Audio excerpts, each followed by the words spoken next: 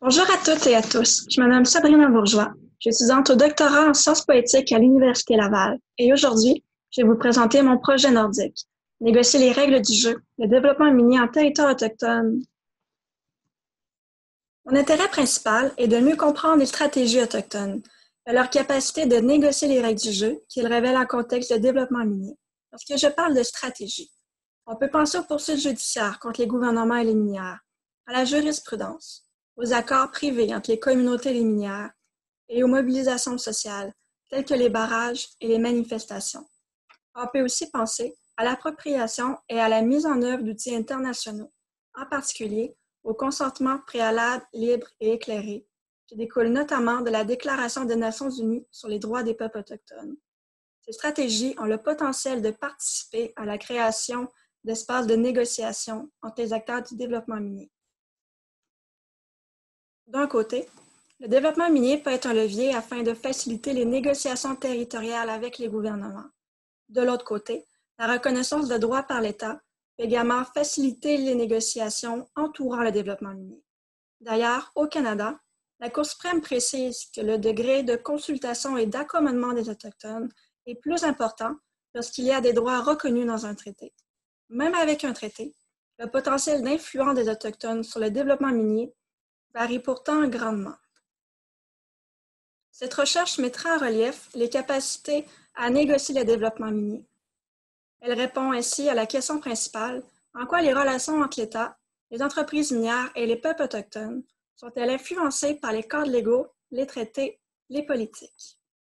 Cette recherche nous permettra d'évaluer l'influence des peuples autochtones sur les processus décisionnels en contexte minier, identifier les facteurs qui promeuvent ou limitent la capacité des Autochtones à contrôler, bénéficier du développement, ainsi que de transférer ces connaissances aux partenaires afin de contribuer à établir des relations respectueuses en contexte de développement minier, en concordance avec les appels à l'action de la Commission de vérité et réconciliation. Je m'intéresse à ces dynamiques dans la région de Schefferville, juste au-dessus du 55e parallèle au Nunavik. On y retrouve la nation Naskapi de Kawawachicamak et les Inuits de Matimikosh-Lac-Jaune. Schefferville est une ville minière isolée, accessible uniquement par l'avion ou le train. Elle est traversée principalement par les communautés avoisinantes ainsi que par des travailleurs. Elle est peu étudiée. Pourtant, la région a un important héritage minier depuis la période de l'après-guerre. Il est d'ailleurs pertinent de la caractériser comme étant la croisée de nombreuses juridictions, à la fois coloniales et autochtones. Les Inuits du Québec, dont le territoire ancestral se nomme le Nitassinan, n'ont pas signé de traité, alors que les Naskapi ont signé la Convention du Nord-Est québécois en 1978, 3 ans après la signature de la Convention de la baie de James et du Nord québécois par les Inuits du Nunavik et les Cris d'Ioichi. Les Autochtones n'ont pas le droit de vote. Pourtant, certaines nations parviennent à mieux négocier le développement que d'autres. Jusqu'à présent, j'ai fait plusieurs entrevues auprès de minières et du gouvernement. J'ai des lettres d'entente avec les communautés et je pourrai aller sur le terrain dès que la situation le permettra. Déjà, ce qu'on commence à se rendre compte dans cette recherche, c'est que le facteur discriminant n'est pas nécessairement le traité, mais bien la capacité institutionnelle des communautés, des nations, à exercer leur autonomie.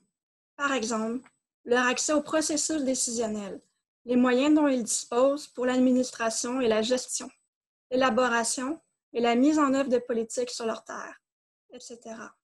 En effet, les Inuits participent à l'évaluation et à la prise de décision sur les projets miniers au Nunavik, y compris pour la région de Schefferville. Bien que les Naskapi aient signé un traité, ils ne siègent pas sur ce comité. Les Naskapi et les Inuits ont le droit d'être consultés. C'est en négociant directement avec les minières que leurs conseils de bande peuvent, par exemple, modifier l'agencement du site, garantir des emplois et des contrats réservés pour la communauté, ainsi que de percevoir des redevances. Si on fait le parallèle avec les Cris d'Ioichi, ils siègent sur un comité d'évaluation des projets qui n'a qu'un pouvoir de recommandation. Ils ont aussi des droits limités sur les terres de catégorie 3, où on retrouve une grande partie du développement. Leur politique minière n'a aucune force juridique. Pourtant, ils parviennent à la faire respecter. En l'absence de balises, Les Autochtones mobilisent ainsi diverses stratégies afin de s'approprier la norme contestée du consentement, et ce, bien qu'elle ne soit pas tous égale. Merci d'avoir pris le temps d'écouter ce résumé de ma recherche doctorale. N'hésitez pas à me contacter si jamais vous avez des commentaires et des questions. Vous pouvez voir mon courriel juste ici. Ça me ferait plaisir d'échanger avec vous. Et j'espère que vous allez bien malgré la situation actuelle. Et bonne journée!